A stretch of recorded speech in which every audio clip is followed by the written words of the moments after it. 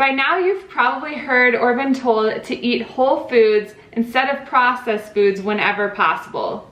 It sounds simple enough, but do you really know what a whole food is and why it's important? Well, in today's video, I'm going to explain exactly what a whole food is and why you should stick to eating them as much as possible.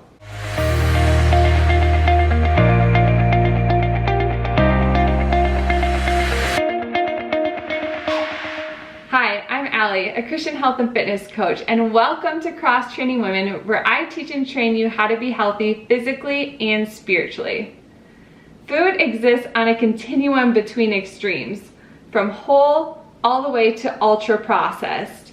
We can eat a whole apple, apple chips, applesauce, apple juice, and continue to work our way down the food spectrum until we eat apple flavored products like these gummies.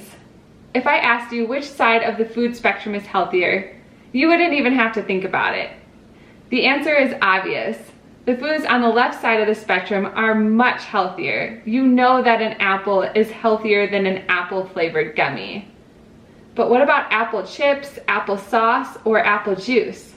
This is where most of the confusion lies, which is why I want to explain exactly what a whole food is and why they are superior. A true whole food is one that's consumed in its natural form without any physical changes or additives whatsoever. So whole fruits, vegetables, whole grains, beans, nuts. An easy assessment to know if it's a whole food or not is to ask yourself, does it grow on a tree, bush, or plant? If the answer is no, then it's not a whole food.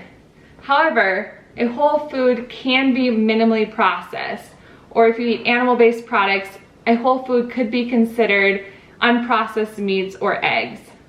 An easy way to think about a whole food is it does not have a food label. They themselves are the ingredient. On the food continuum, the shift from the left to the right is important because with every step of processing, more and more nutrients are lost, and with food manufacturing, harmful food chemicals and preservatives are added in order to increase the shelf life, enhance the flavor, the texture, or the taste. So with every step of the food processing, there's fewer nutrients and more food additives, which makes the product less healthy and potentially detrimental to your health. There's no dispute that processed food causes all sorts of problems, illnesses, diseases, and will shorten your life.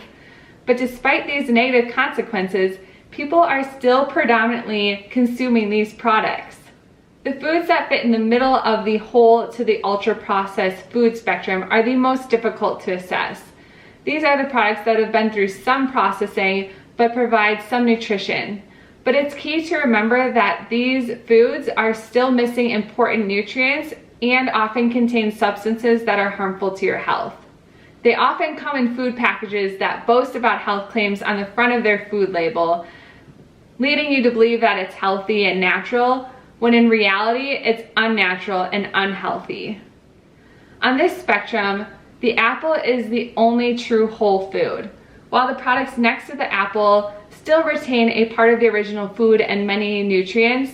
They, however, are not equivalent. A big reason is because when you buy these at the store, often they contain added sugars and added preservatives, which we already mentioned is unhealthy. But even if apple is the only ingredient, there's no added sugars or preservatives, the fiber that binds the apple together and many nutrients like those in the peel are lost. And depending on the food processing or the cooking method, it could reduce them even more. A lack of fiber is significant because fiber is essential for digestive wellness and other health promoting functions.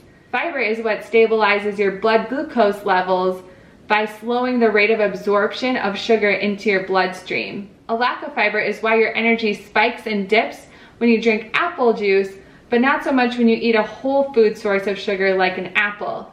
The fiber in the apple regulates the way your body uses sugar and allows you to use that energy in a more sustainable way. Plus, the apple in its whole form retains all of its nutrients, vitamins, minerals, antioxidants, phytonutrients that fuel your body and reduces your risk of many serious diseases that refined sugar often brings on, like chronic inflammation, heart disease, type 2 diabetes, and other certain types of cancer. Fiber also helps your body get rid of toxins, removes excess cholesterol from your body, and improves your regularity. Fiber also helps promote weight loss and weight management because it gives you that feeling of fullness, which prevents you from overeating and delays hunger. For example, which is going to fill you up and curb your hunger? This bottle of apple juice or this whole apple? This whole apple will. Plus, this whole apple is probably only about 100 calories, whereas this bottle of apple juice is 240 calories. So by eating the whole apple, you'll not only feel fuller, but you'll also be consuming less calories. So these are the key reasons why whole foods are superior, which results in its shift from the left to the right. Again, the further down the food spectrum, the more processed and unhealthy that food product becomes. These apple cinnamon cereal bars may contain some apples, but it's infused into a processed cereal bar. This apple flavored gummy has no original apple in it. It's just an artificial apple flavoring. It's really just sugar and other preservatives, which is why it's on the far right of the food spectrum, ultra processed. The key is not to be deceived by a food product label. Manufacturers carefully craft their food packages to appear healthy and whole. Apple implies healthy, it implies whole and natural, but often these food products don't even contain apple in them. They contain this artificial apple flavoring, or it's just got so many other ingredients, so many added sugars and sodium and preservatives that makes the product unhealthy. So now that you know what a whole food is exactly, the goal is to consume mostly whole foods. It's okay to occasionally eat the minimally or the lightly processed foods, but try to avoid the moderately and ultra processed foods as much as possible. For the minimally or the lightly processed food, look for the ones with the fewest ingredients and the ingredients that you recognize.